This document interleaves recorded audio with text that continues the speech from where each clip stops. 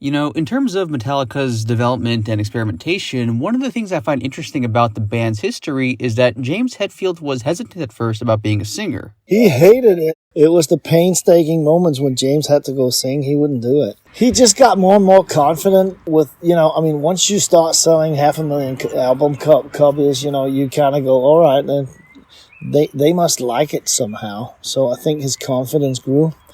And I think the voice is an instrument as well, and he wanted to get better on that. Whether he took singing lessons, I have no idea. He never did when he was with me, when I recorded them. But for sure, his interest in what he could do with the vocal grew as the band matured. And so in studio, how did he approach recording vocals on the 3 albums you did with the band? Was his approach different each time? It got more and more serious, and he got better and better at it. We simply did, we did a couple of takes, run-throughs that I kept as much as possible.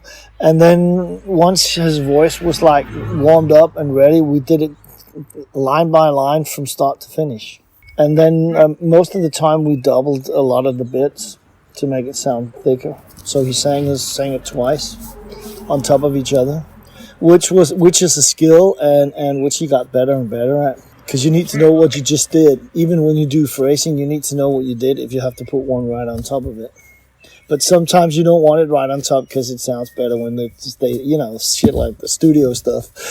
Yeah. You know, in another interview of yours, I remember you mentioning that during the Master of Puppets session for Sanitarium particularly, James was reluctant to record vocals for one of the high parts of that song because he didn't want to go that high. Yeah.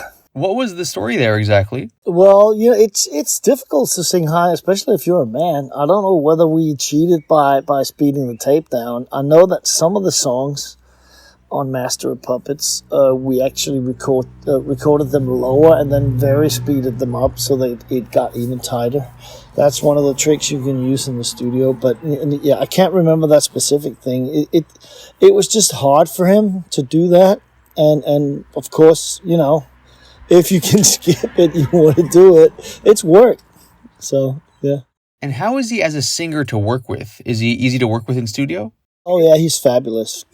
James is the kind of person that once he's in a working situation, he's totally focused, and he just wants to perform as well as possible, and he knows when he fucks up.